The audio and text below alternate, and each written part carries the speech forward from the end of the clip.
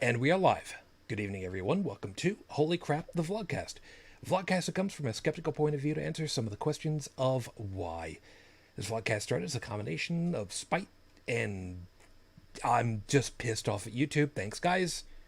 We're starting a little bit late because a brand new problem popped up that a random number hex generator properly working should have fixed. But, it's easy for me to say that because, what's the last thing I programmed on for reals?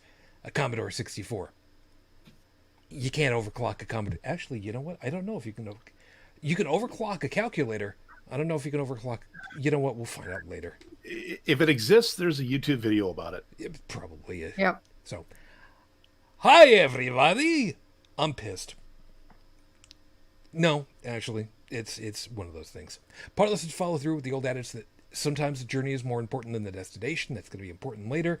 I am your main host. I am known as Shujin Tribble. You can probably find me pretty much everywhere under that name, Shujin. Welcome to the place, because, oh god, it's safe to say that this has been a week. I'll kind of fill you in on part of it in a minute. Let me go ahead and introduce you to the core group right now tonight. Top left-hand corner of North America. Dalan, hi. Thanks for saving my bacon here. Hey, no worries. I also just put it out in chat that, given the audio problems we've been having recently, I just said if y'all can't hear us, like Brigid and me, let us know, like right away, so that I don't have to, chop a huge chunk out of this thing in post. Yeah, and I do have the volume levels in front of me, so I can check on that. But see, the problem is I don't flip back over to OBS straight away because I need to make sure that I turn off the preview, because I don't want to hear myself echoing into my ear, which would then echo through OBS, which would then echo into my ear, which would then echo through OBS, which would then echo through my ear. It's like Inception. Exactly. But that was intentional. Okay. Can't fix that one in post. And be careful what I'm capable of doing. You're right. Yeah, that's a good point. Anyways, yeah. Stephanie just confirmed we're all loud and clear. I actually had the video going on YouTube and yes, I can hear myself speak. So, yay! You get to listen to my voice. Woohoo! Yeah, I'll tell you about that in a second. And Midwest of the U.S. in the middle of, I'm going to punch a hole into this earth. Thank you very much. Hi, Brigid. Hi. Yeah, it's been a week. There's been a number of things that have been going on, and it's not about all the stuff that, the usual stuff that we'd be talking about, the news stuff. No, there's a bunch of stuff that's been happening for us all personally that's kind of thrown us all for loops here and there. The only one that's actually got good news is Dalan. He's been able to put up a couple of ceiling fans without lopping off the top side of his head. Good on you, man. It's funny, like a lot of people would think, I've actually gotten the impression from some people that I've talked to, like, oh, you put up a ceiling fan, and it's almost like, oh, you went potty today. Like, it's, guys, I couldn't do it. Well, now just hold on. Like for newer buildings, like where I am, the fixture that your current light is in is actually built for also to do ceiling fans. It's got a mounting bracket. You said mounting. No. You exchange one mounting bracket for another. So you take the one from your current light fixture, you replace it with the one for the ceiling fan. And as for the wires, there's only 3. Yeah. There's your light, or there's your power, your neutral, and your ground. Yeah, I've never quite understood how that works. I'm so used to working with, DC, where, you've got a red, you got a black, and you don't you don't put one in one hand and one in the other. That's a big no. Yeah. And so for this here, it was really just, okay, so on the fan, there was a white wire, a black wire, and a green wire. And in the book, it says, okay, you connect this to that, that to this, and this one to the other one. That's all there was to it. Color coordination. Gotta love it. Yeah, yeah. The hardest part of the fan itself was like after the motor was set up and bolted in, it was attaching the blades. Oh yeah, Because you got to, because okay, one thing you got to maneuver, between where the light is versus where the motor, where the blades connect to the motor, and it's just enough that okay, you're trying to hold the screw in place with your finger and on the screwdriver to get it in there. That became a bit of a point of frustration. Mm-hmm. Like when they say it takes about 2 hours to do, I guarantee you at least 90 minutes of that 2 hours is you getting the screw lined up, going to put it in, you slip, the screw falls down, you curse, you step down, you grab the screw, you step back up, and you try again just to put the blades on. And make sure that you've got them balanced, because let me tell you, that's fun when you don't have them quite in balance and you turn the thing on full speed and all of a sudden you hear... Well, now you see, that's the other beautiful thing is that the ones I bought were ceiling huggers. They've got no room to shimmy. Like the ones that have, this 5 or 6 inch drop down, those are the ones you got to worry about. Yeah, that's what I got. Yeah. And, and the worst thing about those is that when you reverse them in the winter to, keep things warm, and then you turn them back over again in the summer, your balance is completely gone and you got to rebalance the damn thing. Or, you could just do what I do and don't even bother. Just turn them on and turn them off. Yeah. That's kind of me. But again, the beauty of this is they're fairly simple to do. I still have one more to do. I didn't get around to it today, but we'll see. That's all right. Yeah, we'll kind of circle around to stuff because I've got to. Anyway, of course, as always, if you're with us live, you can join us over in the live chat. Stephanie and Felix are both over there, and we're waiting patiently and diligently while I tried to figure out what the hell was going on with the YouTube thing. There's a system with YouTube so that they know. Okay, for anybody that saw Star Trek: The Wrath of Khan, yeah, basically it's a matter of that the prefix code. Yeah, somehow or other, the prefix code that's supposed to randomly generate for each stream, it wasn't randomly regenerating. So, YouTube were saying, "Hey, you've got the stream ID set twice, so we're gonna go ahead and we're gonna start up on a stream that you never generated because it's auto-generated because that's who we are. Thank you." Whatever. You know what? We're here. We're live. Everything's good now. You know what? Fine. There's other F words I could use for it right about now, but you know what? I'll drop my one F for the night. Functional. Okay, it's functional. I'm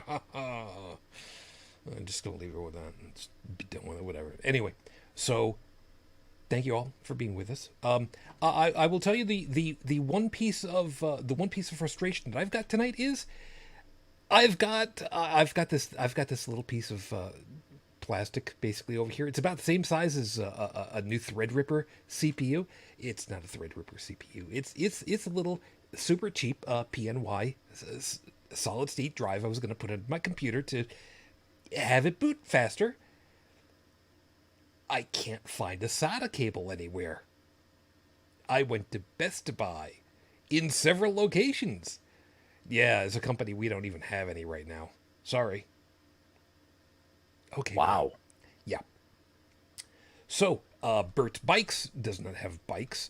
The only thing that qualifies is a computer store. And I say that guardedly and with much hesitation. Best Buy does not have SATA cables. So, yeah, there's a story behind that. And I'll get to that momentarily. So let me go ahead and do that and get things going. Let me get a little drinky poo in here because Tang is good. Yeah, it is Tang tonight. I forgot what it was I was drinking. It's orange. I should know these things. Could have been orange juice, but there's no pulp in it, so I don't care. Shut up. So let me go ahead and get you rolling over here. So with 5 minutes on the clock, I'm going to repeat myself with tonight's topic, which is stewardship for the 5-minute freestyle. I keep talking about this. I know it, and I would like to say I'm sorry, but You're not. No, I'm not. Stewardship is something that some people just don't understand the importance of it all. Stewardship is the closest thing I can make people understand is if I were to say stewardship is being somebody's godfather. No, not that godfather. In the Roman Catholic Church that I grew up with, and the Italians, the godfather of a child was selected after they were born. The godfather of the child was somebody who, if something, as the expression goes, God forgive, anything should ever happen to the parents, the godfather and godmother would be the couple that would be looked to first as quote unquote next of kin, even if they're not exactly. So, it's a title that kind of means something worthwhile, even if we've got the weird, ugly squeakies from religion. There's something to be said for that idea. It's a little bit of a social safety net. Okay. But stewardship is a responsibility, and it's a really tough one. The closest thing that most of us would ever think about, without even having thought about it, would be for those that are foster parents, and especially for foster kids in the foster system, humans. But there are also for and excuse the expression, but it gets the point across, fur babies. I know there's some people who are just I know, but it gets the point across. Like I said, these are not your kids. These are not your pets. You're helping them along. You're giving them some stability for a while until they can do on their own, or that they can have a forever home, as the expression is used. But it also goes for the kids that we have. Whether we have them ourselves biologically or if we adopt them, we are their stewards. We're the ones who are supposed to be guiding them to help them to become better, to help them learn, to have the experiences so that they can understand what actually happens in this world and how they're supposed to think about it and how they're supposed to figure out what to do with it. It's an awesome responsibility. And I say that in the terms of, if some of us were to really, really think about what it means, what it entails, for some of us, it could make our blood run cold in our veins. Today, part of my stewardship is done. 15 years ago, when my wife was dying, there's no other word for it, she may have already been gone.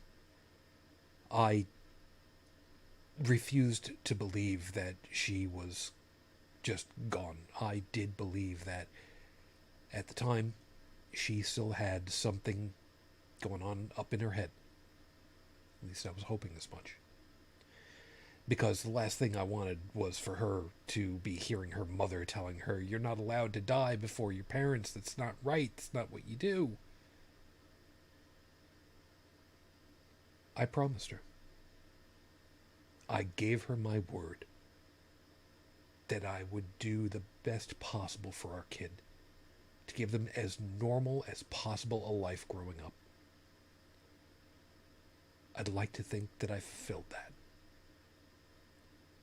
Today he's off at college. And this is the very first day, the very first night, I should say, where I am literally living on my own at 52 years old.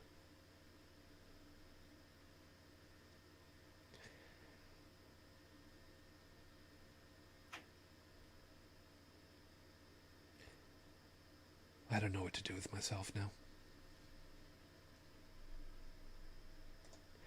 It's episode 324 on the docket, Your Honor. What's the point? I know that I'm kind of grabbing a little bit from the way that Sam Conway, Dr. Samuel Conway, spoke about stuff while he was with us a couple of weeks ago. He basically said, you know, what the hell is the point? I'm paraphrasing a little bit, but only just a little bit. What the hell is the point of being trained in a particular area, having expertise, if people want to simply disregard it and listen to the stoner dropout from your high school who got a D minus only because he was on the wrestling team so that he didn't get flunked out? You know, and I get that. I totally get that. But what I want to talk us through, now that schools are starting up, and that in and of itself is a terrifying concept in a lot of ways. I know it. I know it. A lot of us know it. But want to talk about what it is that extended education is going to get us. So I guess I'm kind of shifting my focus from primary and secondary education to, oh my God, what are we actually paying for? Although we're not going to talk about the price tag part because that's a whole other discussion another time. I don't really feel like going into that. Thank you very much. But that's just me.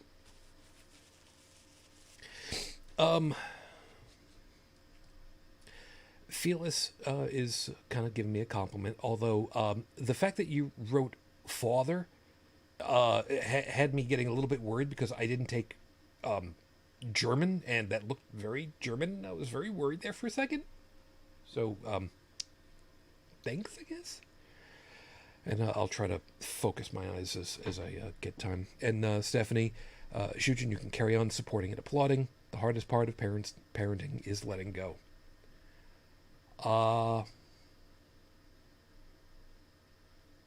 So I've learned. And the hardest part about being a YouTube streamer is reminding yourself that you need to set your phone on absolute silent, because I just suddenly realized, did I do that? Oh shit, what happens if it goes, oh, that's gonna suck. So my phone is now off because I'm an idiot. Not quite an idiot, but you get the idea. I did go looking up information on Rafe Badawi's condition. We have no new news, unfortunately. So, with no new information at this point, it has now been 8 years, 1 month, 30 days since Rafe Badawi was unjustly incarcerated for thought crimes. Our hopes, our thoughts are still with you and your family. We are still waiting. We'll see how this goes. So, otherwise, I think that moving on into the horrible scopes is probably the best idea at the moment, and then we can get into the stuff that actually makes, the money for us. We don't get any money for it. So, how about we go ahead and do that, and I try to keep myself together because that's basically what I'm trying to do. So if you guys are... Oh, yes, you are, aren't you? Anonymous Cheetah? Anonymous Wolverine. Google Docs, you're crazy. Anyway, I didn't lose you guys, did I? No. Oh, good. I was getting worried. I was getting worried there a second. I end up having dropouts with audio when I'm using my phone, but when I'm using the computer, for that to have happened, I'd be really, really scared if something went bad. So anyway, Brigid, you're good? Yeah. All right. Then Just had to look for my glasses. Old people problems. you know what? I can't say anything. I keep forgetting to wind mine up, so it's all well and good. Dalan may end up seeing some inspiration from this past weekend's show, so we'll see what happens. So let me get you rolling over here. So for those of you that already do know your astrological sign, great. Those of you that don't know, roll D12 and make it up as you go along. I don't really much. So Aries, consultation is a big fancy word for checking with people to see what they think about a topic. In other words, asking for help. It worked for Captain Picard. It can work for you. So shave your head and go ask people to help you with stuff. Dalan, all yours. All right. Taurus. Oh yeah, I'm sorry. Sorry, I'm jumping around a little bit apparently. Yeah. Anyways, Taurus.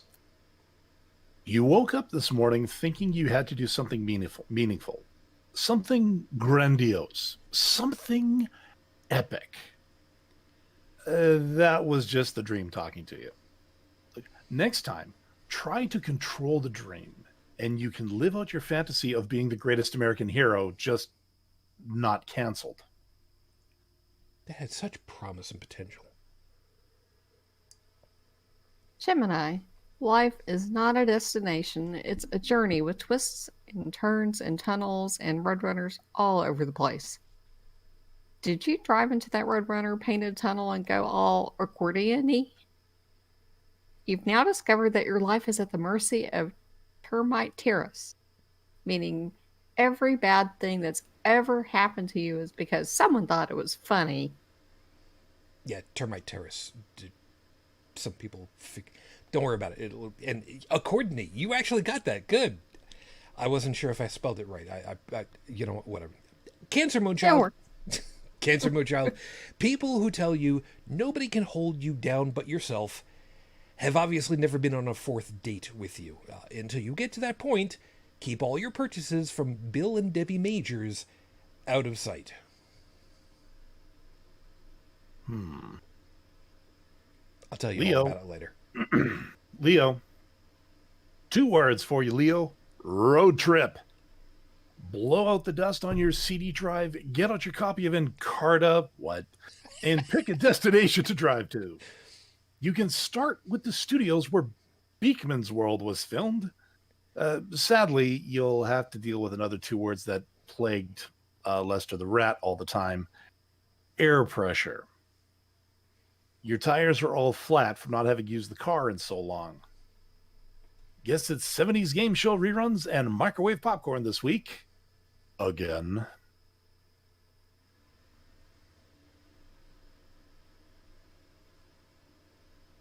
Brigid. Psst. Go.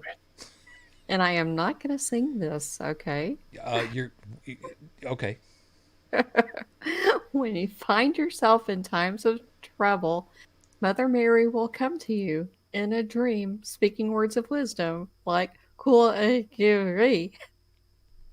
She was Mongolian. We don't know what she said either. Yeah, I'm really sad that Joey wasn't here for that one because He would have He'd try it. He would try it. no, because it's actually all one word. I spaced it out so it was like legible to speak. I basically put into Google Translate, and this is what it came out with Mongolian. The word translates as "wait for it," because crash course. Wait for it, the Mongols. I'm not the only one that knows what I'm talking about. I know that for a fact. You know what? Whatever. Libra, you've been 2-timing us for a job placement, haven't you, Libra? Yeah. Going to work at the Arecibo Radio Observatory, aka the movie set for the 1995 James Bond movie GoldenEye, is one thing. But being so upset that the fan-made N64 GoldenEye game got cancelled and you trashed the place, yeah, that was a little overkill. You might want to take the next week off. I do have to give some credit though. Yeah. If you can trash the Arecibo radio telescope, Well, did you see the news that it was? was it? Okay, I'll have to look it up. Yeah, but first, But first, Scorpio. Antihistamine drugs are supposed to help people with allergic reactions. They can calm down the body's immune response, usually making people drowsy in the process. But there's a small number of people who instead get wired like they're on cocaine.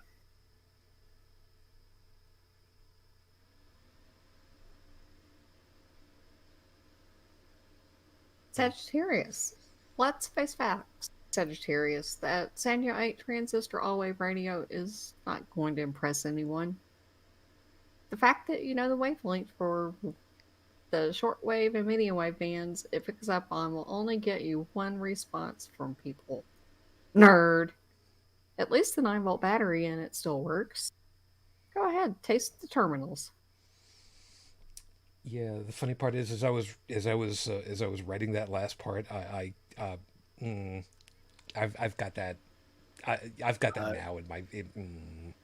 You know, back in the day, you had people who wore retainers. Yeah. You know, they weren't the full-on braces, but they were the wire across the teeth. Yeah. I had a friend who used to use those to test his 9-volt batteries. Oh, that's a bad idea. That's a really bad idea. Fujin, I tried to tell him that. He never listened. And, well, we're still friends on Facebook. For what that's worth. okay. I don't think I've ever seen anybody weld their retainer to their face before, but that would be interesting to watch. What would you do for a Klondike bar? That's really good. That's a really good point. Capricorn. Capricorn, we warned you last week not to be a lazy liar, and you came through for us. Good job. Some of us were worried you'd just fall back on your old standard lies, but you got creative, so we'll give you credit where credit is due. Dalan, I don't think they're buying it. So who do I owe money on this? Not buying it. I mean, there's a You know bet what? in place. Who do I owe money on this one? Actually, I think you owe money to somebody who's got the Aquarius sign.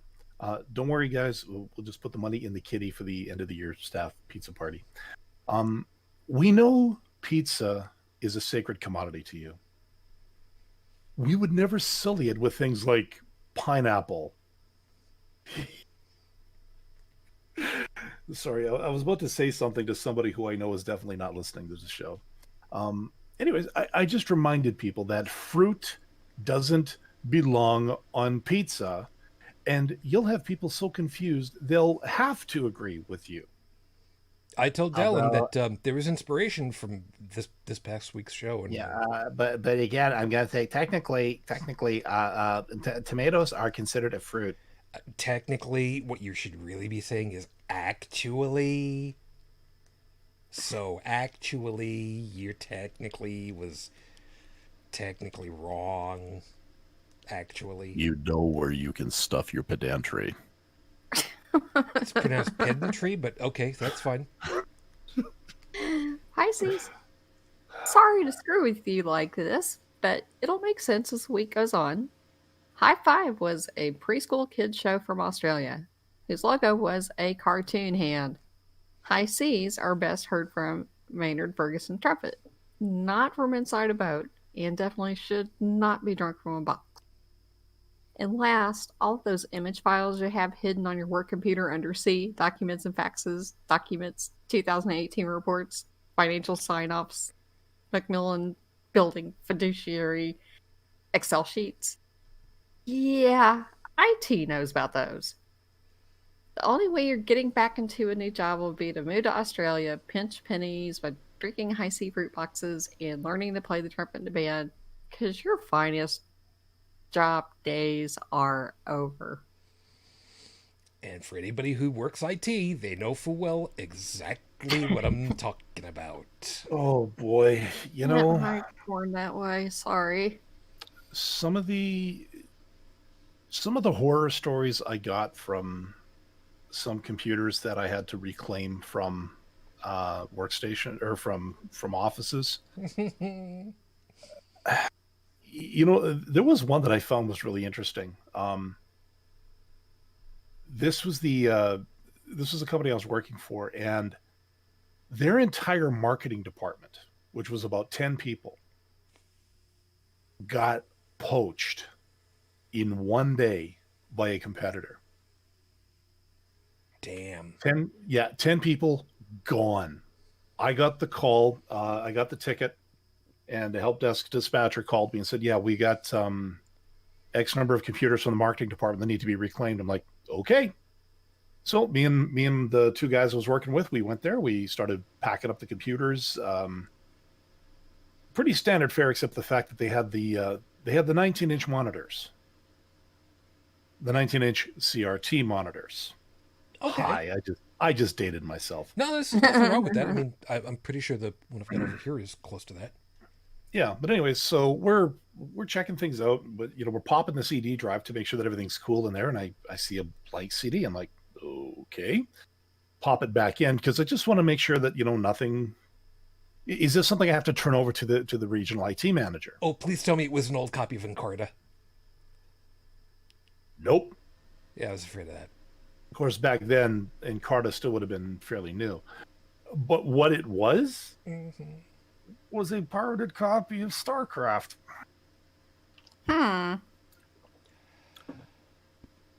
So, you know, maybe losing those particular marketing guys wasn't such a bad thing. Because now the StarCraft boy is somebody else's problem. Yeah, there is that. I don't know that I can really say very much. I mean, the place where I was working at, a bunch of the supervisors for the phone floor were playing across the network, playing. Oh God, what the hell was that?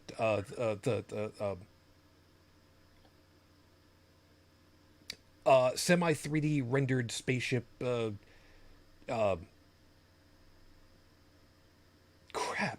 3D environment. Have to try to find your way through. Descent. Descent. That's what it was. Descent, yeah. And they played across the network.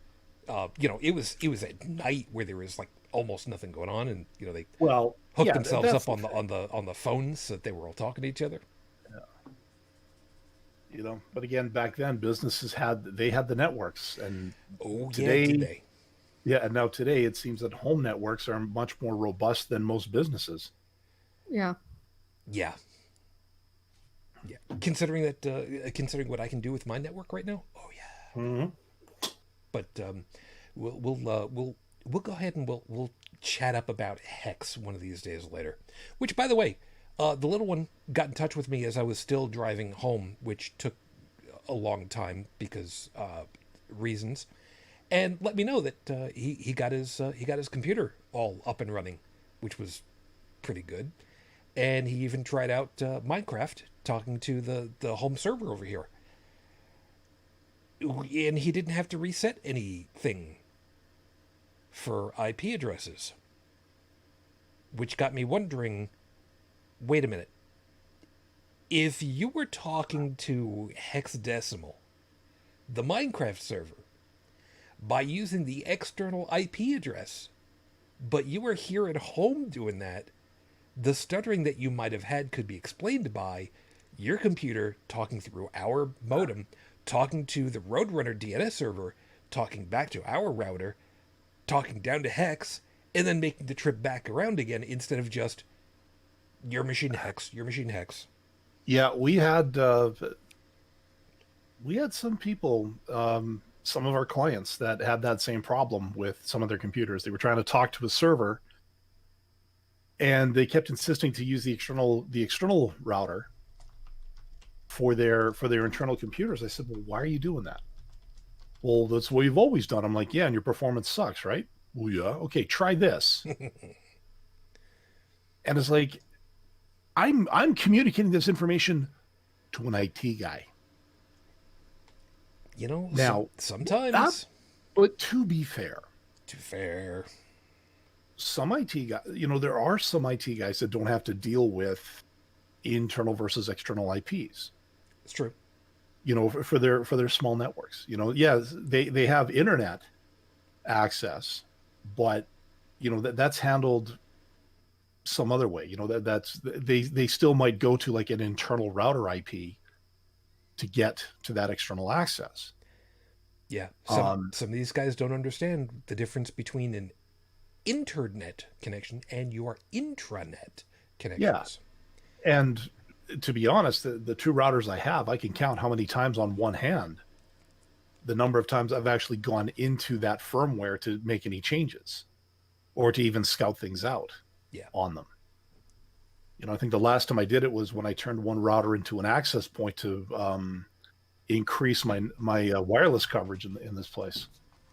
Yeah, I got one I can do that with. Actually, I've got a couple of these because I don't think that there was anything necessarily wrong with them, but I could never figure out how to get them configured correctly. And I've got a couple of these now. I mean, technically, I could put a couple of these, in the rooms, the back bedroom, front bedroom, but I don't need that. My main wireless router is right here, not even a meter away from where my finger is on screen right now. So then again, I'm also one of those weirdos that still has carbon paper. And all right, you know what? We're not going to talk about the stuff that Shujin hoarded back when she was in college. So it's not going to do that. Anyway, so yeah, my little one started his college career. Took him to school. It's fair to say that this is, I'll use my one for this one. It is fair to say that college, getting onto college campus right now, it's fair to call it a clusterfuck. And I'm not saying that in a bad way. I mean, we've talked about how, everybody is just MacGyvering the shit out of everything right now. And still is. Unfortunately. Mm-hmm. But, at the same time, there is also a lot of making sure that the best possible foot forward is being done. So, I'll give them credit for that. Needing to have everybody have a COVID test before they're supposed to be allowed on campus. Cool. Admittedly, you kind of have to be a little bit worried about how far out the test was done. And the turnaround time of, a couple of days could, depending as to what you do. But, for the most part, when you're dealing with, as many people as possible on a campus and everybody is tested, okay, that's actually pretty good. That seems reasonably safe to me. Yes, he's got masks. Yes, I got him the ones over at BJ's, the disposables for just in case, because, I mean, why the hell not? So, obviously I'm terribly concerned about that. But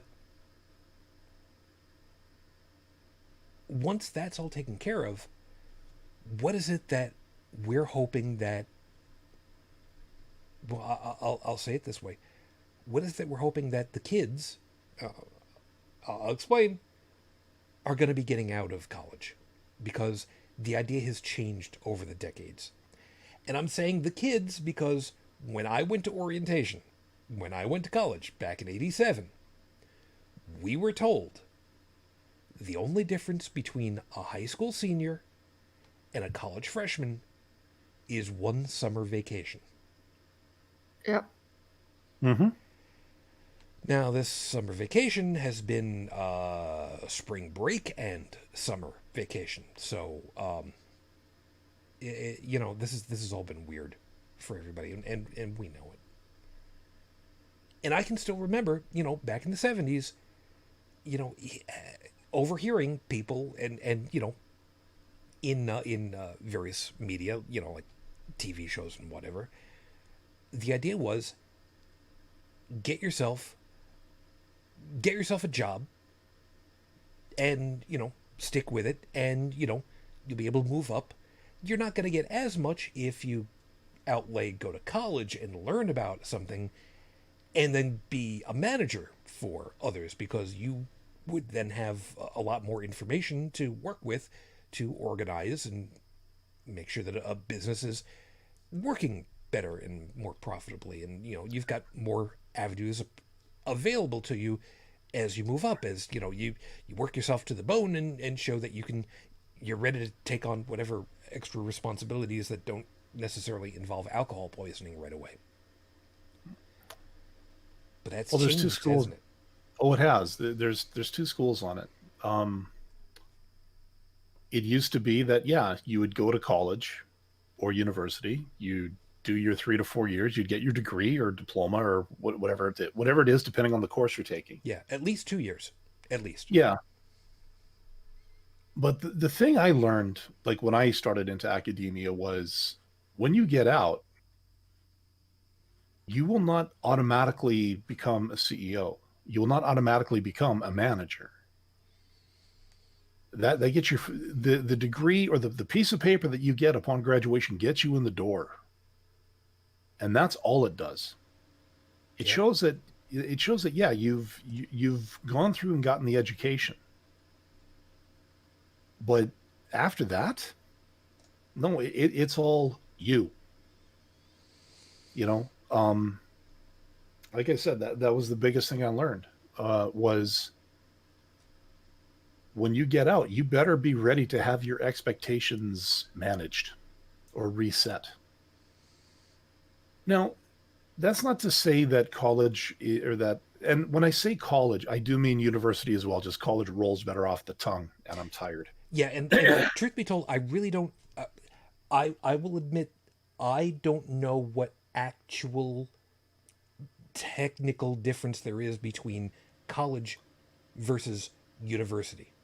So I think these days a lot of it is just credibility. Like Yale or Harvard or Oxford. That name carries a lot of weight. That's true. In certain circles. Like if you say, look, true. like, I'm a Harvard graduate and I'm here to work at this computer facility. I'm MIT, screw you. You know what I mean? Okay. Okay. There's a little bit of context there. Okay. That's actually really good. That was good. Yeah. But what did it like? Christ, I completely lost my thing here. I'm sorry. I'm now thinking to myself, the MIT guy going, you know what? I'm not going to let you touch my machinery, but you can go ahead and write the technical documents. You probably know how to put an Oxford comma in there somewhere. And even that's under hot debate these days. You are not allowed to take away my fucking Oxford comma. I will No, fight. I will die on that goddamn hill.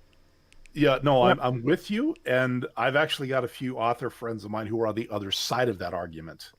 They can die mad, as far as I'm concerned. Yeah. Oh my god! Look at this. Now you got me snorting. Cut it the fuck out.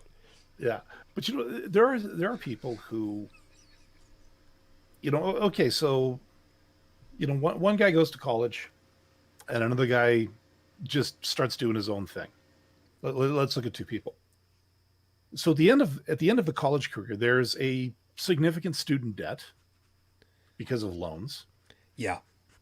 And they're going to be starting at a job making, let's say, $35,000 a year. Okay. Versus there are some college universities where you could be spending the equivalent per year on their own. But then you look at the person who went out on their own, maybe started doing, maybe they were a busboy for a restaurant for a little while. Then they jumped over and did something else, and they did something else. And then finally they hit their groove.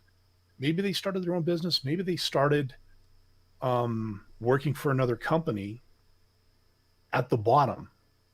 But while the college person for 3 years is doing their thing, this person for 3 years has been climbing the ladder. Now, wouldn't it be a chunk of irony if when the college graduate gets out, ends up working for the company, and his manager is going to be the person who didn't go to college and started from the bottom? See, So I think what you got to start looking at is, why do you want to go to college? Because it's no longer, in my opinion, it's no longer it's not as big a status thing anymore as it used to be. So to say that I'm a graduate of such and such a college in this field, well, okay, here, take this test that you should be able to solve, since you're a college graduate, and they might fall completely flat on their face over it. One thing, this is actually okay, and here's where I will actually distinguish between university and college. I went to university, did 4 years, jumped a couple of majors because one wasn't doing it for me, so I tried another one. I was taking the class with this guy, and he was teaching us software engineering.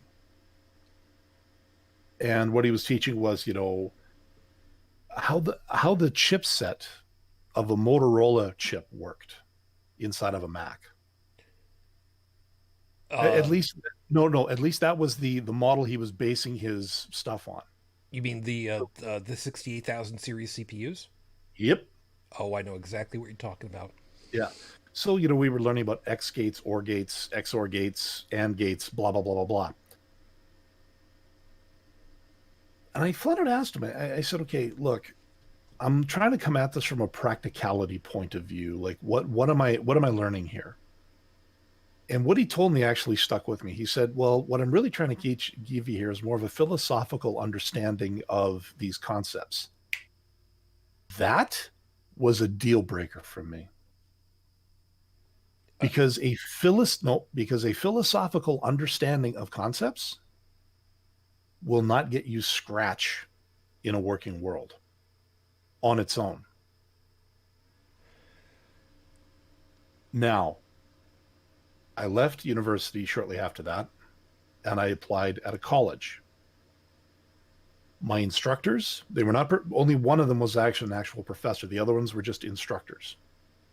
People who, they had a full-time job in the working world, and they came in to teach us based on their experiences.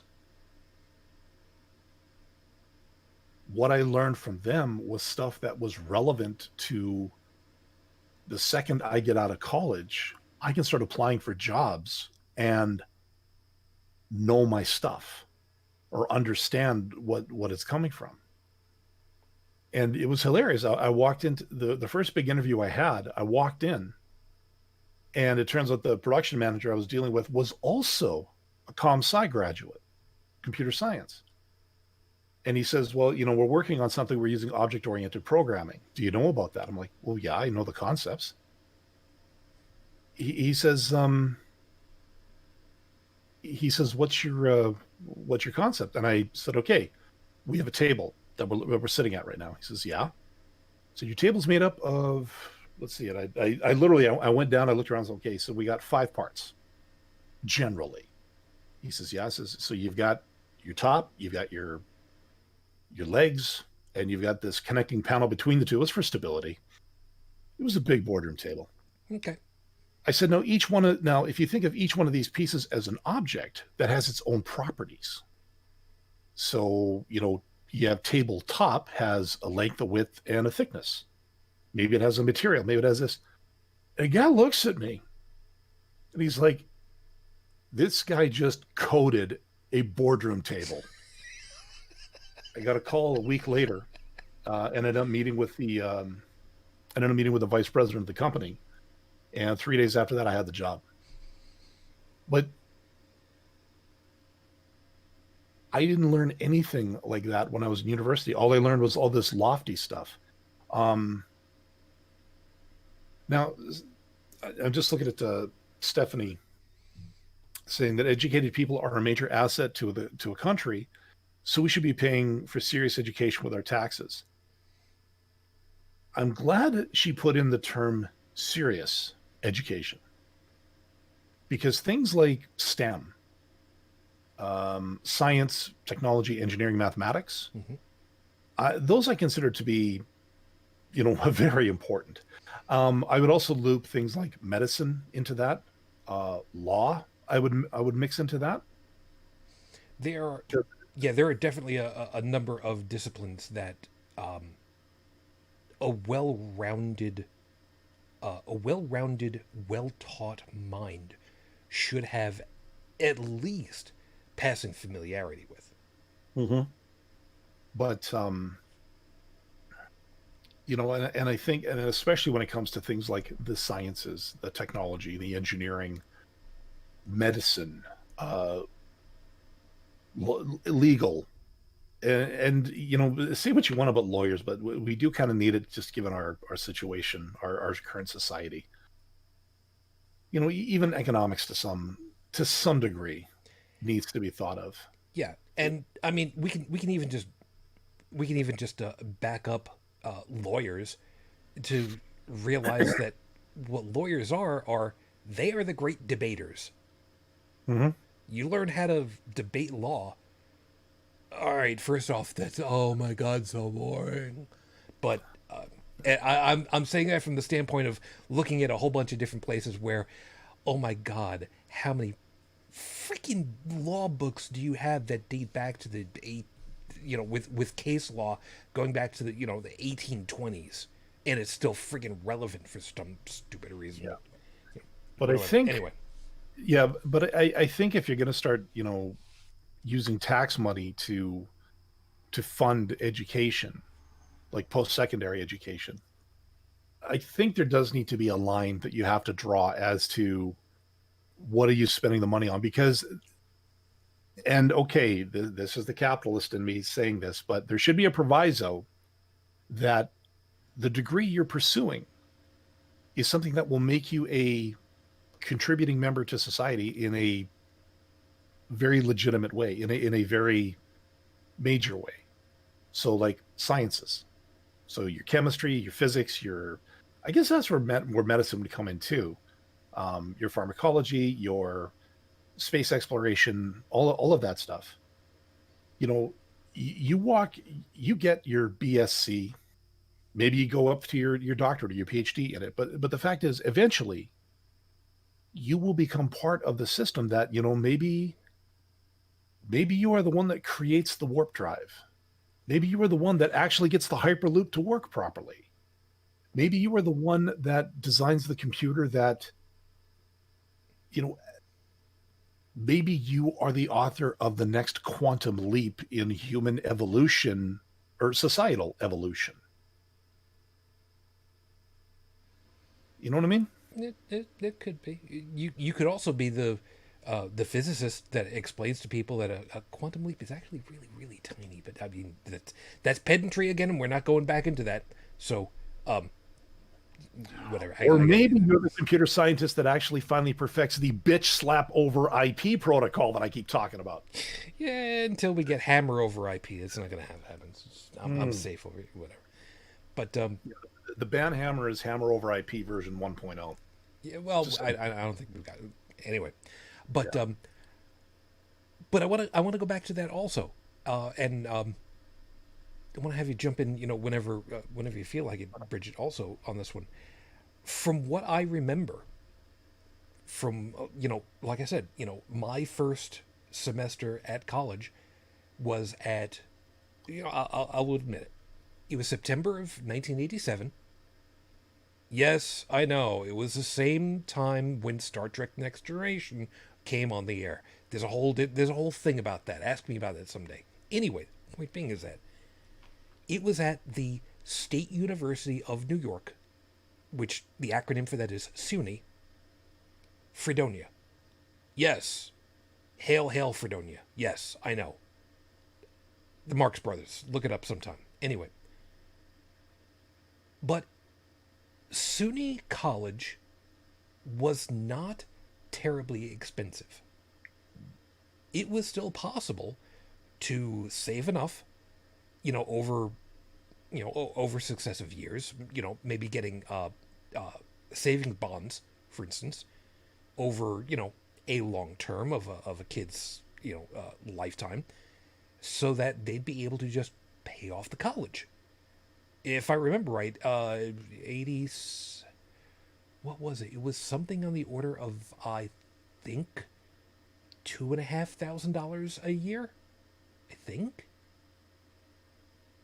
That sounds about right for Yeah. that time. Yeah, that feels about right. I don't remember what that would translate to at this point, but it was still an achievable goal, fairly easily so. Now, admittedly,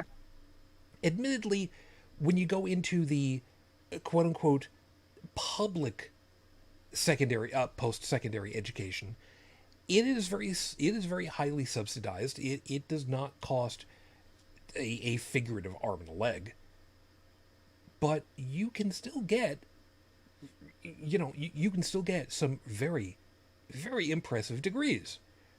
For instance, as a perfect example, because it's areas where I know something about, at Fredonia, they had the school itself, as well as a very distinct Venn diagram overlap. I guess no, it wasn't an overlap. It was his own little community inside of it, called the Fredonia School of Music. It was one thing to be accepted to Fredonia by the admissions department. It was another one to be accepted into the School of Music. You had to audition. I auditioned, and I only got accepted because the guy who I performed for on a double bass, big string giant violin. Mm-hmm. He heard how I played, and I can tell you, I wasn't good. But I ended up learning actual bowing and figuring and playing technique, proper technique, over the course of like 4 months. I wasn't good.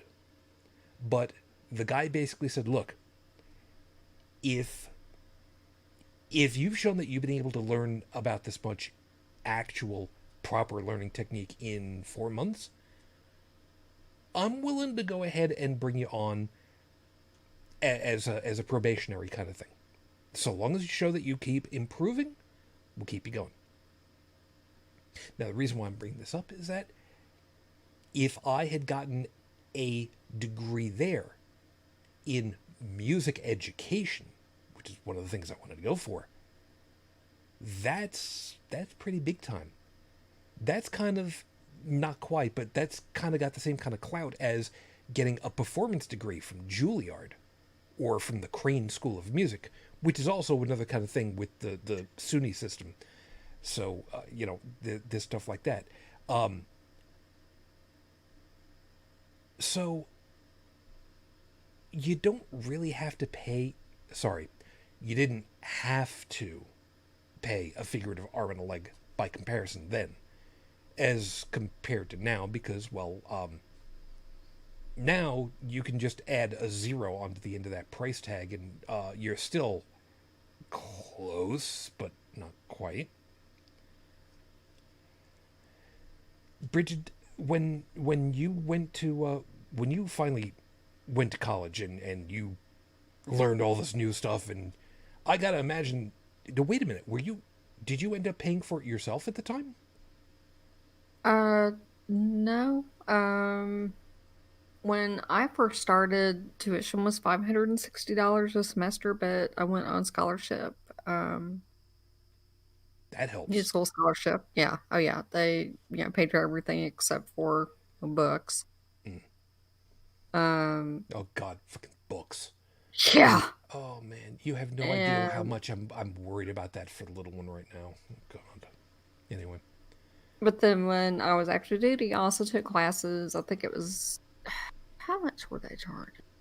I think $75 a semester, hour, something like that. But I got 75% tuition assistance, from the Air Force to help pay for that. Oh, that's something at least. And then after I got out, I ended up having to get loans to finish. But, I mean, it was so long ago, it wasn't that much. I think I ended up with about $10,000 in student loans, which is nothing compared to what loans are now. Yeah. Yeah, 10,000 could be one half a. No, sorry, that could be one semester. Mm-hmm. I'm very happy that the little one earned a lot in the line of grants and scholarships and all that stuff to help that along. So, that's a big thing. Stephanie had put something that's also really super important, and practical education is also vital. How long do we last without electricians, plumbers, etc.? And this is exactly the kind of thing that Dalan was talking about before. It's one thing to have book knowledge. It's also another one to have practical knowledge. And the problem is that there is, in a lot of areas, some stupid glass. No, that's not the word I'm looking for. Not glass ceiling. It's I'm thinking gatekeepers. I forget exactly what it is. Where the ones who go to college for some things, they come out. Congratulations. You know what? We're ready to go ahead and put you into a position of authority. How much do you actually know? Oh, okay. So we'll start you low and then build you up. Once you've got some practical knowledge, maybe we'll do that. We'll underpay you for that one. Hold on. And then it goes the opposite direction, where you've got the guys who end up with all this practical knowledge. 5-7 years on a high tension line, knowing how to deal with the electricity and whatnot. But you don't have the college degree in business management, so I mean, there's no reason for you to become a regional manager. This weird double-edged, damned if you do, damned if you don't kind of thing. You know where I'm going with this, though, I assume. I do, and okay. I wanted to say, like, there are... Okay, and you know what? I will use my nephew as an example. Are we allowed to do this cross-border? I thought the border was still closed. Shut up. Yeah. Anyways, my nephew went to school he went to a trade school to be a crane operator. Right. And what that entailed was he went for so many months in class to learn concepts. And then he did a practical semester working for an actual company and making money at that job. And then he would go back, get more training, get back on the job, do more practical. That's how trade schools work. Yep. So when you come out of it, I don't know if it's something, I don't know if it's the ultimate end goal or if it's something to shoot for, but you get what's called your Red Seal certification. What that basically means is that if you are a Red Seal certified tradesperson, now this is electrician, plumbing, road workers, who else? Well, a bunch of different manual trades. Yeah, chefs have Red Seal. Crane operators. I wouldn't say truckers, but other people who do much more manual based work. Mm-hmm. Now, my nephew got his Red Seal. What that meant is that he could have potentially gone overseas. You guys ever watch a Discovery Channel? You ever seen like those? You ever seen those like Mega Machine TV shows? Yeah.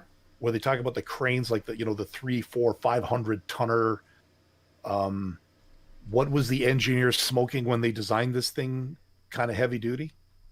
You're talking about the stuff that looks like it could have been a Decepticon in a different life.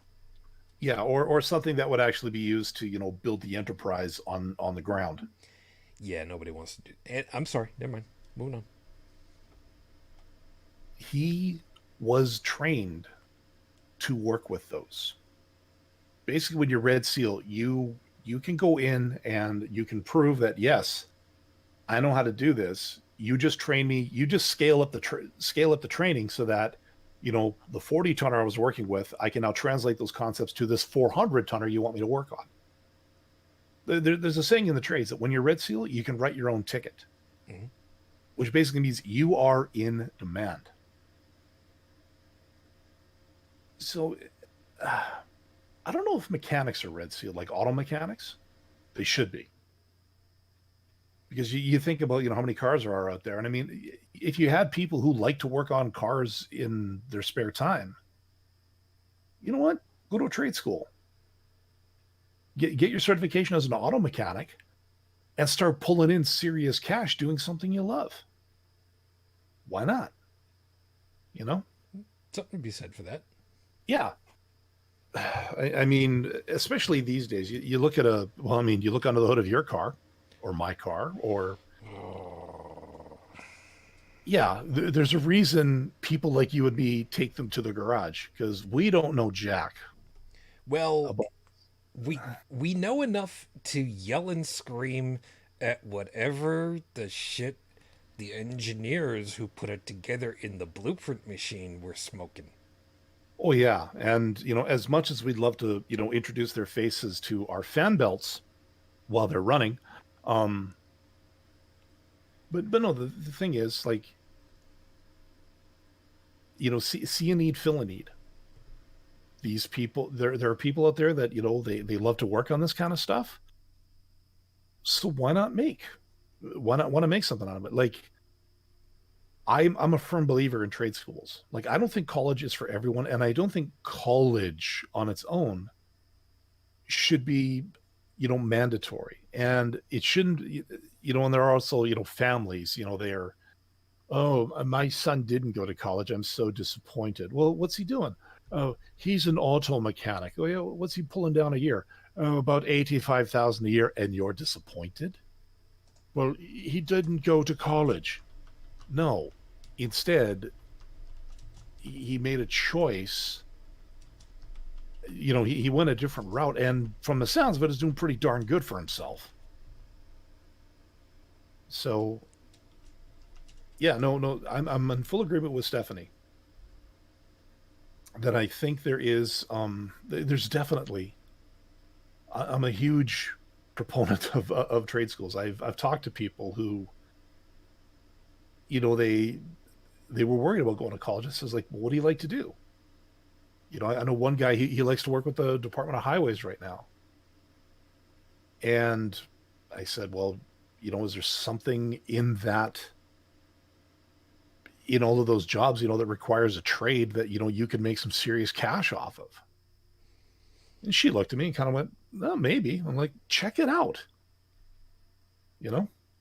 So yeah, I think trade schools, more importantly than universities and colleges, that kind of education I think should be subsidized or fully done with taxes. That one I'm in full agreement with. Yeah. For only because I think it's going to be really, really weird for some people to hear about this one. On the screen, I've got my pointer finger right here. There it is. On your screen, just above my finger right now, there is a big brown tall box. Mm-hmm. I have had that box back there for. I've had that box back there for a very long time. That box has been back there since we built this house. So it goes back, almost 18 years at this point. In that box is leather, actual leather hides, and yes, multiple hides. I've got at least one kangaroo hide in there. So yes, I know what I'm talking about when I did the thing about the kangaroo hide. Because I used to do leather work. I didn't do a lot. I learned. I worked at Tandy Leather for a little while when there was still a place. I had a fun time with that. It's not something that most people would find any kind of worth in some cases. For some, it's a wonderful art. For some, it's I will say the expression. For some, it is practically impractical to design stuff and to build stuff with it because I mean you can do so much with other stuff these days. So why bother? I learned. I've still got it in my head. I'm hoping that I'll be able to get back to doing because I want to do something for the suitors because I think that I can do that. But is it?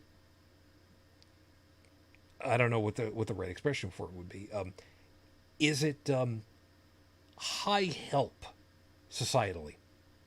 No, it's not. It's far more for entertainment value, really, when you think about it. I mean, if I could, I don't have a picture or anything to. Oh my God, I do have. There are a couple of things I've made over the years, a long time ago, that were kind of simplistic, but they were pretty, and people liked them, so they got. I'm not quite sure where I was looking to go with this one, other than, yes, we need the stuff that's going to make the society go, but we really can't lose the humanities too. And that's sometimes a really fine line to try to figure out. Because who gets to decide that a pile of what seems to be garbage with a toilet in the middle and a thin crucifix dipped in urine, who's to decide that that's art? That whole kind of play off of everything. Mm-hmm. What is it that we want for these kids, for the ones that are coming up new who are learning all this stuff? I'll tell you one of the things I want, and Brigid, I'm hoping that this one sparks for you. I want to learn the stuff. I want them to learn the stuff that we have no idea even exists yet. That's the sci-fi part of me in there. But there is a practical side to it. When we were, okay, like I said, 87, Star Trek: The Next Generation happens. And they updated stuff that they had back from the 60s with, the electronic clipboard that had lights on it. Okay, whatever. And then they've got, portable digital assistants that we're just walking around with, that were inductively charged, which is what these things do, the Q charging and whatnot, with radio frequency linking to the computers on the Enterprise. I mean, that was out there. We had no idea that this would become, touch screens would become the de facto of everything that we're working with computer-wise now. And we had no way of knowing that was even going to be a thing until some art guy said, yeah, you want me to design stuff and you're going to pay me to do it? Sure, okay, yeah.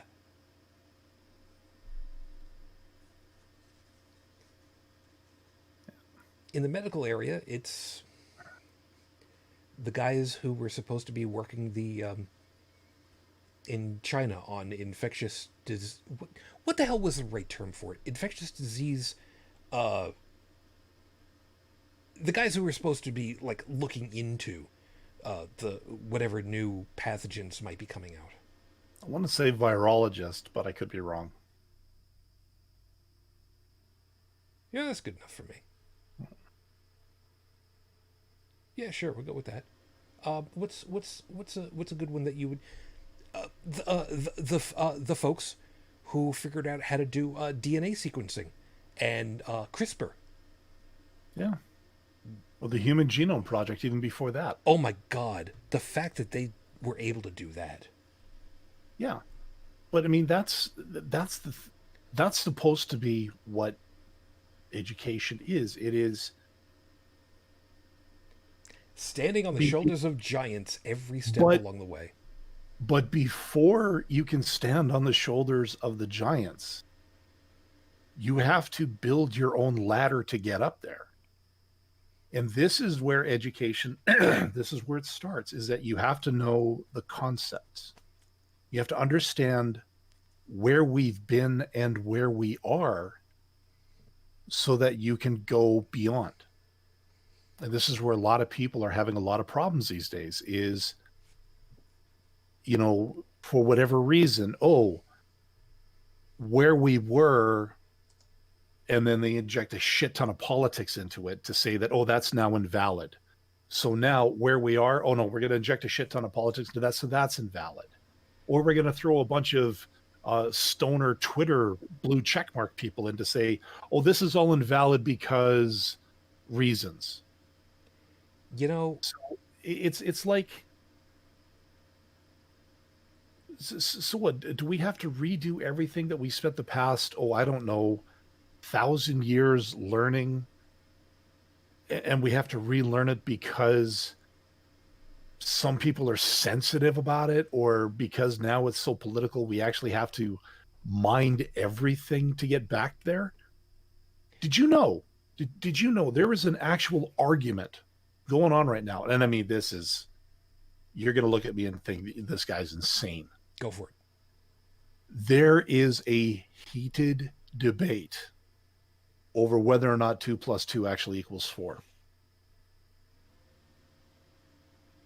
They have actually tried to inject so much context into it to say that it doesn't necessarily equal 4. Okay, hold on a second, though. I know about the mathematical argument that has been made that I have a problem with that says 0.999 repeating is 1. I get that. I don't know that I agree with it. I have a real hard time with that one, but okay, I get where folks are coming on that one. That one I've not heard about. That's a weird one for me. No, but hold on to that a second, because the piece that you were talking about how so much of the stuff that we have been learning and teaching into has become politicized. Brigid, I argue that the politics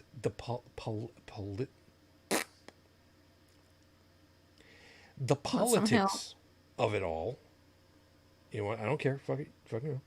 I've had a very long day, so if my brain is a little shot, you know what? I don't care. I remember when the major medical argument that brought everything into, we're not going to do any kind of testing, we're going to restrict testing, we're going to remove funding for testing for things like Alzheimer's because fetal tissue is being used, or stem cells from fetal tissue, and we're not going to let you desecrate God's great little miracle births because of reasons that had nothing to do with politics, but then the Christian Sharia guys got into it and then made it political. You remember those days, don't you? Yep. And that's not the argument I'm making. I'm talking about No. concepts like gravity, chemistry, No. types of biology that are now considered to be, and I did not want to go down this rabbit hole, but that are considered now to be too white or too colonial or too Western, No, and that it invalidates a bunch of stuff. That is what I'm talking about. No, the things about stem cells, all that, I'm 100% behind that because well, yes. the science proves it. And fuck religion. You know me. Right, but see, there's where the problem is. It's not that, it's not that it was political to start with. It was another one of these wedge items. Find a little piece that you can grab onto and shiv it in there, which was the religious piece of it, Yeah.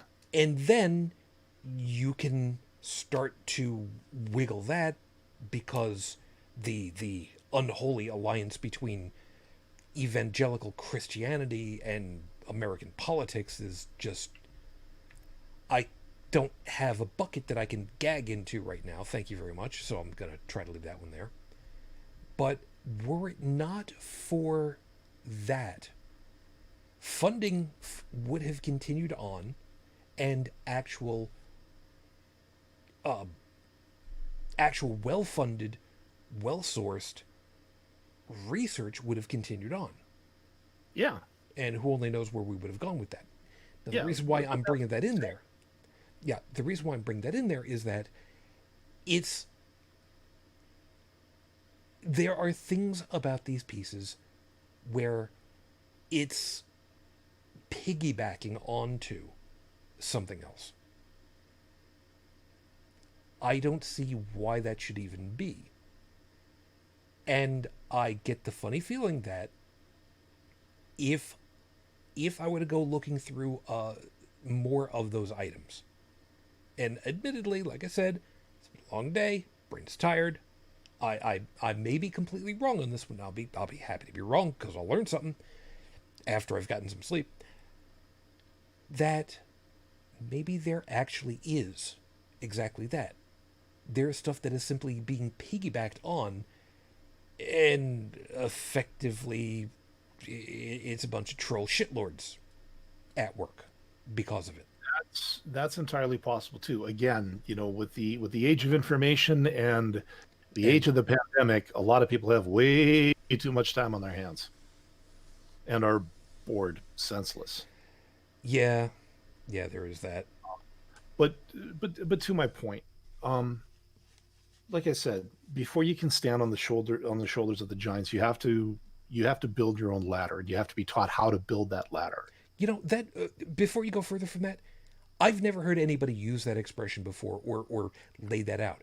That makes perfect sense because you get to see what the landscape was at each level as you're moving up to find out what was wrong, what was right, why it was wrong, why it was right, and what did you get out of it, and what's up ahead. And you see, this is where watch me dovetail this. You remember that software engineering course I told you about with the 68,000 processors? Yeah. If I'd stayed on that path, if I'd stuck with that and done that course and done the next one after that, and the next one after that, I would have built the ladder to software engineering to take advantage of all of the, like, how do you control a CPU? You do it with software or firmware, as the case may be. Basically, you have to talk to it. So I was actually getting the first couple of rungs to a ladder, but at the time I didn't see it. It's only now, years later, that I realized that maybe the guy was onto something. He just didn't really communicate it to me very well because, well, university professors are not teachers. They are not paid to be teachers. They are researchers. Teaching is a quid pro quo that allows them to maintain their grants so they can continue to do research. This is again what separates universities from certain colleges, in that a university is more of a research center. For instance, the university I went to, there was a linear particle accelerator on campus. I didn't know about it until later. There was an observatory. Been there a couple of times. There were a lot of other facilities in there that I didn't know about. And the professors there are there to do research, to, make that shocking discovery. Although how good an astronomy professor would do with that 3-inch refractor, I'll never know, but that's another story entirely. Dude, you'd be surprised. Yeah. Actually, I'll tell you, you want an image that will cause your heart to quicken.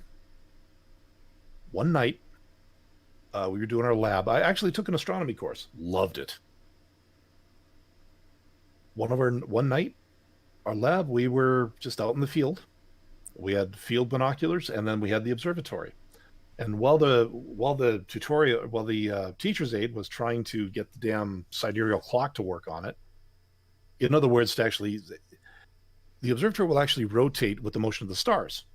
Anyways, I'm looking at this fuzzy splotch through these field glasses, and I'm like, okay, kind of neat looking, whatever. And then he says, okay, come on in. So we come in, and I put my eye to the earpiece, and my heart stopped. I saw Saturn, clear as a photograph. And I quite literally had a holy shit moment.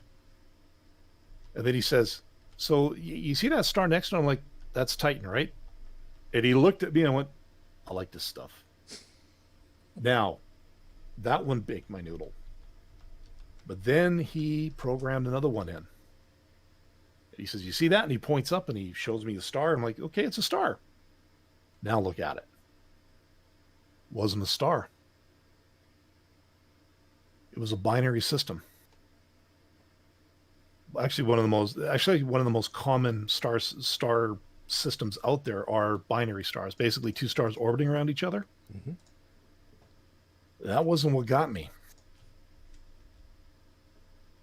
One was yellow. One was blue. They were just pinpricks, but I could actually see the color difference. Nice.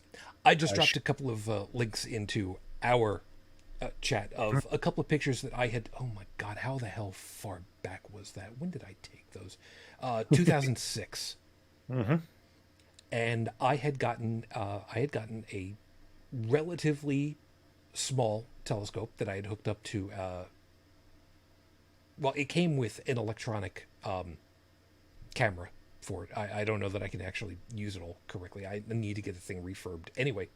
But I'd gotten a picture of Jupiter, which, considering, this is 2006, came out reasonably well. And I got a picture of Saturn. Again, not a great shot, considering that, it's a 640 by 480. Yeah, image. It's small, but, it's amazing what you can do. You guys ever want to try that out for yourselves? First, you need to find somewhere relatively dark and get like a pair of binoculars to start off with, because oh my God, it's amazing what you can see. You get into a good area where it's relatively dark. You look to the north, you can see the Andromeda Galaxy barreling down on us. Yep. It's gonna take a little while, but I mean, it's doing it. Yeah. Anyway. But yeah, some people will scoff at, why am I learning this? Again, what's the point? And the point is before, and the whole ladder thing, I just made that up tonight. it works. Yeah. Um, yeah, having the foundation is important. But I think the trouble these days is that a lot of instructors or teachers or professors have a hard time impressing on students that this is important. So like if you're going into, let's say, computer science, and you got to learn all these weird concepts, and they say, well, nobody uses this language anymore. You're right.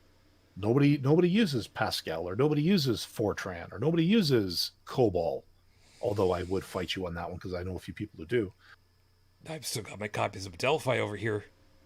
I never learned how to use it, but anyway. It was fun. I enjoyed it. Yeah. But nobody.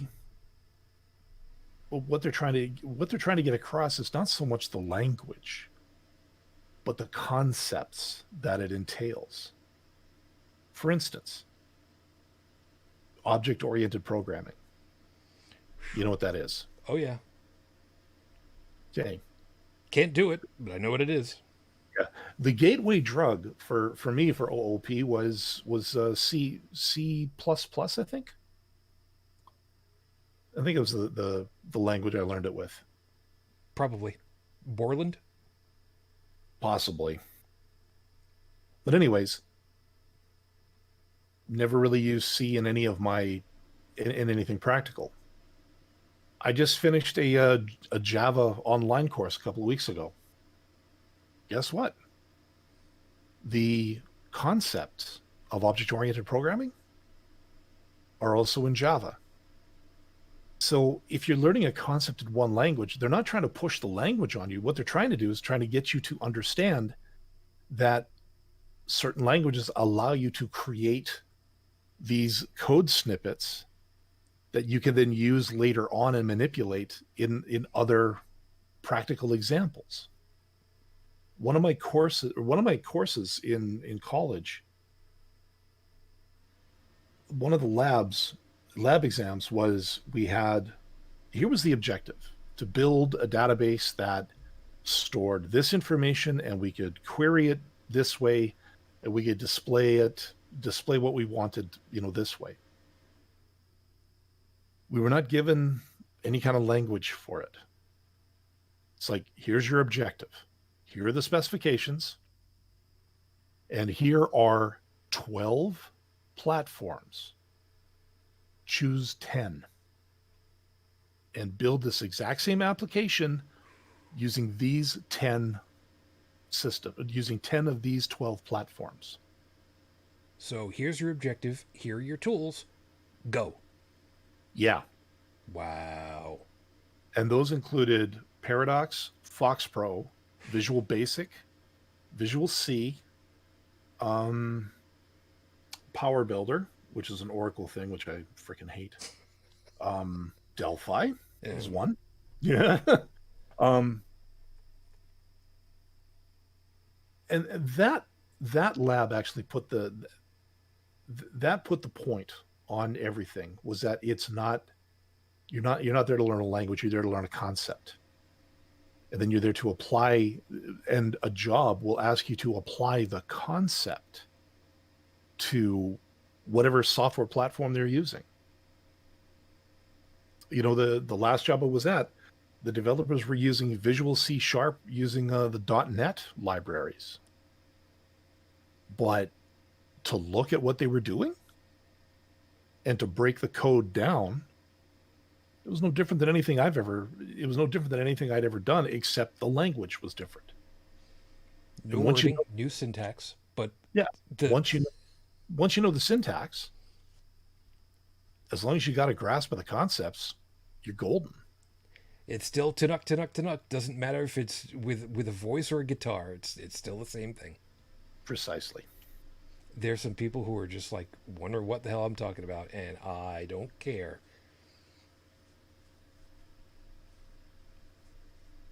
You've been very quiet for this one tonight, Bridge. Yeah. I apologize for nerding out, but I mean, Oh, it's okay. You programming is what I know. nerd out all you want to. No, let me ask you this: from a medical perspective, like medical training, like I would not want somebody to work on me, surgically speaking, who hadn't gone through the basic concepts of things like, biology, anatomy. Um, again, I'm not a medical person, so I don't entirely know all the fundamentals, which is a good thing because, look, the closest thing I'm ever going to go to cutting flesh is carving a turkey, okay? Which I do fairly well, if I do say so myself. There's that Popeyes reference again.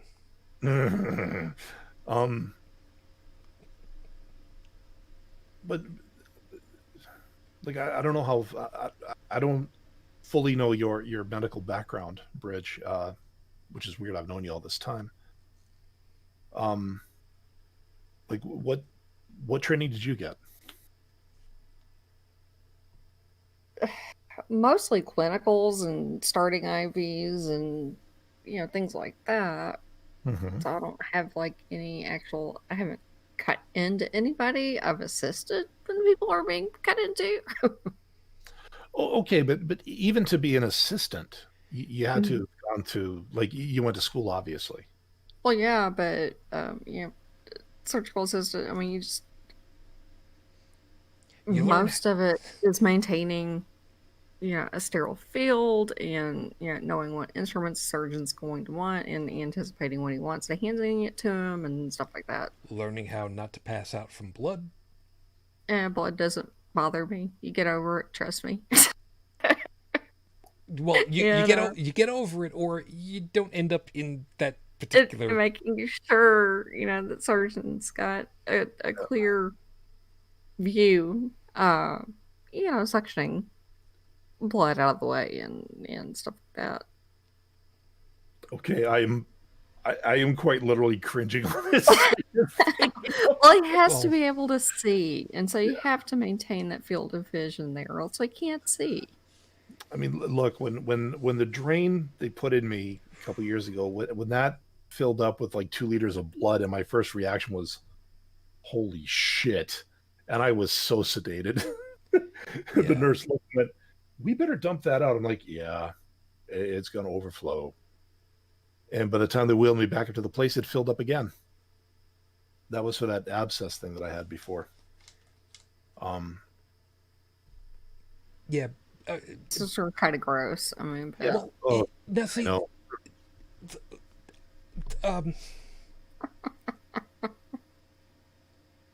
There's a lot of stuff that I still remember from what my wife had to go through.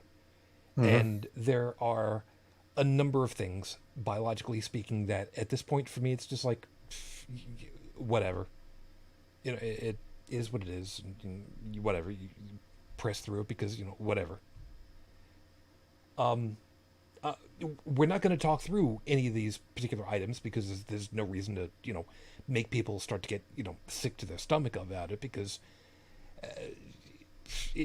you would. I'm not saying that because I'm trying to, goad people into, going looking for stuff that's going to squirt them the hell out. Don't. It's just a matter that I guess what I'm kind of looking for, Brigid, is that with enough time and enough training, there's very little that we can't really adjust to, is there? Yeah. Like I said, you do get used to it.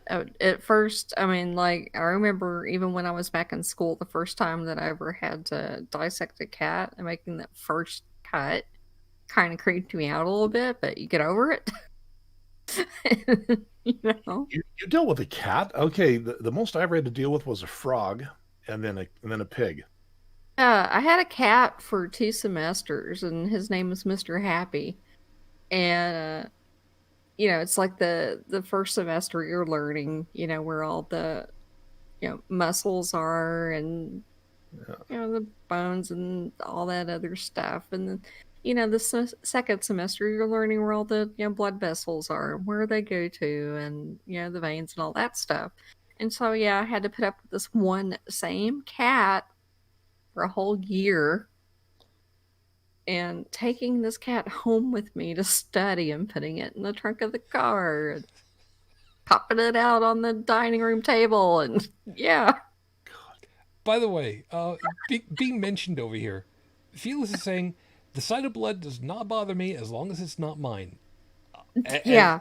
As an Italian who has gotten into a couple of fights in his youth, I understand what you're talking about. But Shauna, I was a vet assistant for 3 years. Blood and other bodily fluids, etc., does not bother me. I can understand that for the most part also. But then again, I think for me, who is not a med pro, for me, it's a matter of knowing full well, yeah, I'm not going to be directly touching that. And even if I do end up directly touching that, just keep it separate. Wash it off quick as I can. Okay, whatever. Because whatever. But also said, you named it, Brigid? Just no.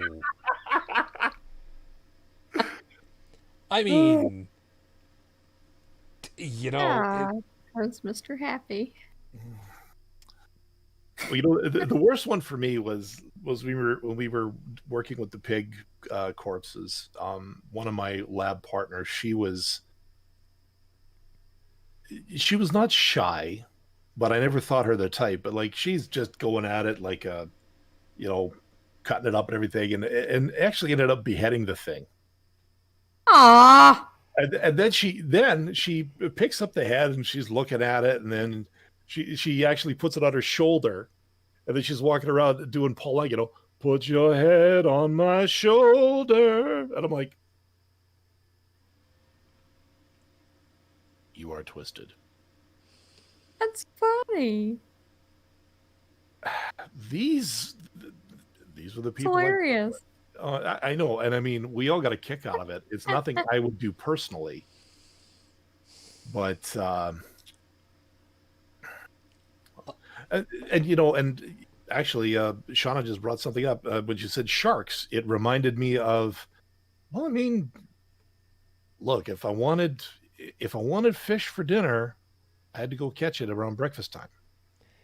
I also had to clean it. Thankfully, pickerel are easy to dissect. Jackfish, not so much. And me, I'm. Ask me about this one of these days. Maybe I'll tell you. And I'm sorry. All I could think was, alas, poor Yurik. I knew him. If we'd taken that particular play in Shakespeare at the time, she might have done that. Oh God! Now that I think about it, she probably would have. And I'm probably going to need more alcohol now. Mm-hmm. But Wait. but to the point. Probably. Yeah, Oh, that's right. You've still got to be like awake come Thursday in order to do the all right, never mind. Yeah, but to the point. You don't get to be a doctor, even if you're somebody working on the forefront of cutting edge medicine. You don't get to be there without knowing what came before, without knowing without knowing the basics, the fundamentals. Yeah. You don't get into medicine without knowing who the hell Leeuwenhoek was. I'll take your word for it. Anton von Leeuwenhoek, the microscope. Leeuwenhoek. Fair point. I'm Italian. I don't speak German, Austrian, whatever. You know what? I don't speak 14th century, whatever that. Yeah, you see, right there. Aren't you glad I'm not in medicine because I have no freaking clue? I'll fix the computer that does the job, but I ain't gonna do the job. That's fair. Yeah. Yeah, we gotta see about closing up shop here in a couple months. Okay. Yeah, we've collectively, the two of us have had a lot to talk about, and I know, hun. I know the other stuff. Yeah, that's been course. hard. Yeah. But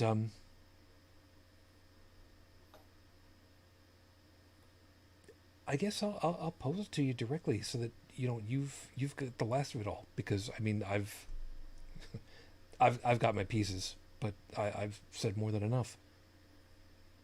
What is it that you think that these the complicated piece of what are these kids looking to get themselves the schooling, the learning, the diplomas? What do you think that we should be hoping that they end up getting when all is said and done? Well, I mean, at least at the most basic, I hope that these kids, in addition to, yeah, the education that they can take with them, just, saying that they have it, I hope they can find gainful employment. That is a huge concern. Our economy is so screwed up right now. It's going to get even worse. And I'm afraid that there's going to be a lot of these kids graduated, saddled with hundreds of thousands of dollars in debt and no way to pay it back because they can't find work.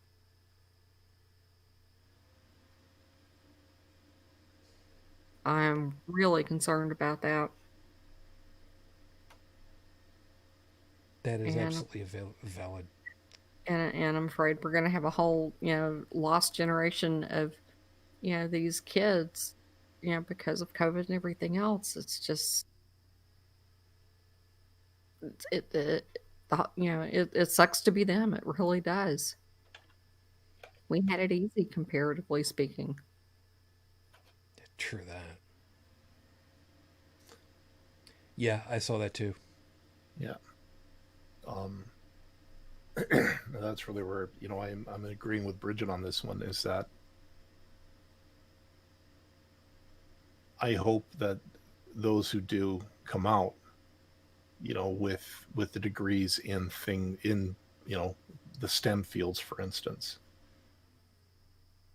I hope that there's something out there that they can do. Um, Worried about maybe not being able to find a job.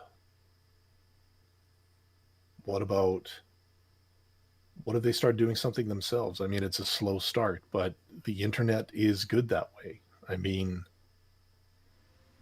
done right, even something like what we're doing here can turn a coin for people, depending on what they want to do. It's not an easy road.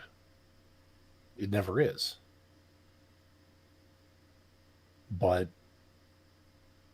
I think now we're in an age where there are opportunities, not necessarily with a company or with somebody else, but a chance to go out and do something on your own, because a lot of the groundwork for things like marketing yourself or marketing a product that you're working on, there is infrastructure there to get your name out there, to promote, to advertise.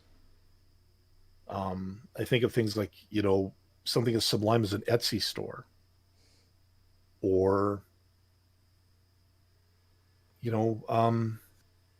not Let's Plays, but what about tutorials? What if you could come up with like a video series to teach people how to do something, host webinars? There is money to be made there, and yes, it will be slow to start because you've got to, of course, you got to build your audience, just like you build your market, your market share or whatever. The tools are here. We've got them. You just got to think about what is it you want to do. And spoiler alert for anybody that's wondering, shit posting on Twitter is not a career, nor should it be. I'm just saying. I just want to get that out there right now. Although I could see that a job could be made of that, where you're a Twitter slam poet for hire, so to speak. I mean, hey, it worked for Mr. Warmth.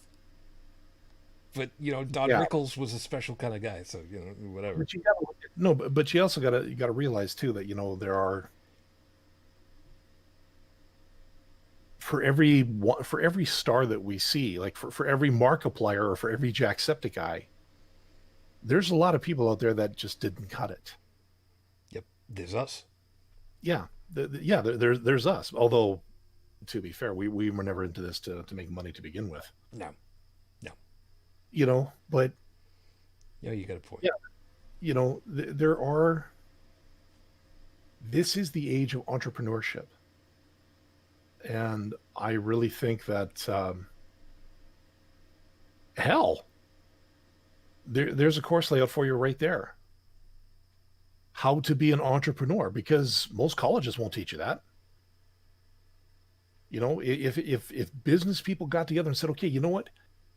Here's my webinar on how to start your own business, and not be that cheap guy that puts it on the Facebook ad for $99, but act now. Not one of those guys. Someone like honestly says, okay, look, you just got out of college. What's your major? Oh, this is your major? Okay. What do you want to do? What do you think you could do? And yeah, a lot of people say, well, I don't know. It's like, well, just think about it. What would you like? Where would you like to see yourself in a couple of years? And I mean, take the time and think. Decide what is it that would drive you. Okay, so you know how to do that part, but now how do you promote yourself? And then they go into it. You know what I mean? And I mean, yeah, I talk a big game, but I don't know anything about it. If I did, I'd be a New York Times best-selling author right now. One day. These days, I'm barely functional. I'm barely functional before noon because, well, unemployment will do that to you. That's fair. I when I first lost my job, I was still able to get up at 6 a.m. No problem. Nowadays, I might roll out of bed at 8. Yeah. And I hate myself for it because I'm losing that discipline and I don't like it. Let me tell you very quickly. What's the point? What do I want the kids to get? Hope. In a word, hope. I want them to be hopeful that they can accomplish with what new knowledge that they've got. You could be a music teacher and inspire the next, who only knows, the next Yo-Yo Ma. You could be in biology and have the person who learns how to properly craft vegetables in the soil of the Martian regolith.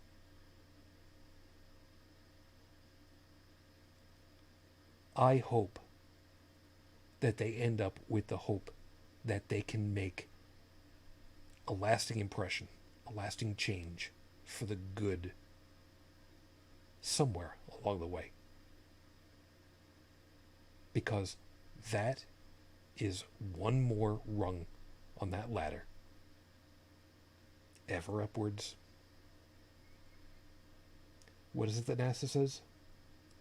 Ad astra per astra. What does it mean? I don't know. I never studied Greek. But we got to get on out of here because Lord knows it's late enough and my brain is mush enough as it is, even before we started. So as always, everybody, thank you for being with us. We hope that you had yourself a good time, found something worthwhile in all of our perspectives and all the stuff we've got to talk about tonight. As usual, over the live chat, thank you guys for being with us. Shauna, Stephanie, and Felix, there you are. Thank you guys. I hope that you guys are staying safe. I know I didn't exactly do my check-in this week, but, just please stay safe. Brigid, yeah. I think it's fair to lead off with fuck 2020 and just kind of roll it from there. How's that? Yeah. Fuck Mike Pence. Fuck the GOP. Well, I mean, except for Mitt Romney, I'll give him props. And just fuck all this COVID stuff and people dying and all that. I'm tired. So tired. Fair enough. You want to just leave it right there at this point, then? Yeah. That's fair enough. Thank you, hon. Try to take care of yourself, huh? I will try to. And for what it's worth, apparently there is some kind of a minor international loophole for people that take a boat across the Great Lakes. So just keep that in mind. It was pissing off the folks over in Toronto for good goddamn reason, but that's a whole other thing for later. Maybe we can find you a good barrel to send you down the Niagara. That's a really bad idea. That's a really bad idea. You should feel bad. Yeah. That's really not a good way to get onto the Maid of the Mist boats. Because they're not running right. I don't know if they're running. Whatever. Dalan, hi. Thanks. Hi. Yeah, no problem. Hopefully, if I got my poop in a group this weekend, I'll be able to get the audio version of this show updated over at holycrapthevlogcast.com. Of course, I got my blog site for other streams of consciousness when I'm conscious over at inthewind.yo5.ca. And again, part of the whole thing about hating myself is because, well, the other podcast that I've been working on has fallen a little bit. I do want to get it back. That's at the Kick in the Cast over at podchaser.com/kickinthecast. Funny, I got all these things, and yeah. Yeah, I had. Did you say get your poop in a row? Is that what I heard you say? Yeah. Yeah. It's a nice way of saying get your shit together. No, I got you. Just to piss off people, then. You want to watch me put my nuts in my mouth? Here you go. Watch. Yeah, right there. See, now I've got the Mo Fuggers Nuts commercial in my head. I got people right now who are listening to the show who are going, what? And why is there crunching? It's like, Maybe you ought to see a doctor about that. No. no. Anyway. So as always, all the information you need, as was said, holycrapthevlogcast.com. Phone number if you want to leave a message or to join me on Tuesday nights, sort of right here, for Holy Crap the Phonecast, is, as usual, 859-HCTV 554-859-4288-554.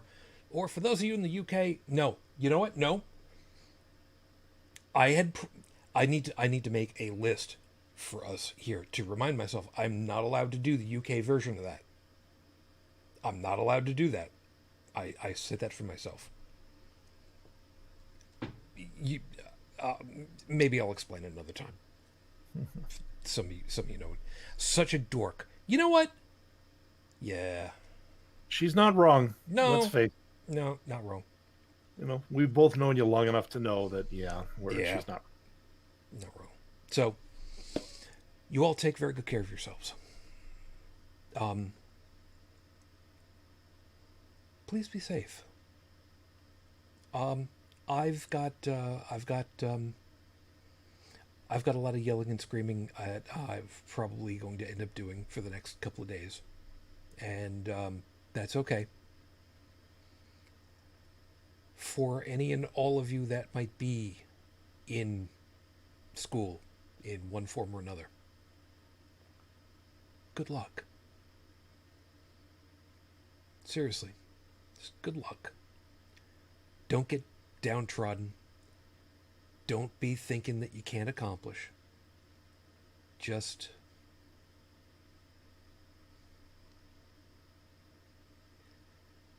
remember, if I can get through all that I have, you can manage. So, Until the next time we get together, everybody, I wish you all, as always, the peace I no longer have. I wish you the strength that I've learned. I wish you well. And for my lady, 15 years on, I am still in love with you. Mwah. Matane Fujin. I love you. I miss you. We did it. Dream of me. So until the next time we get together, everyone, as always, good night.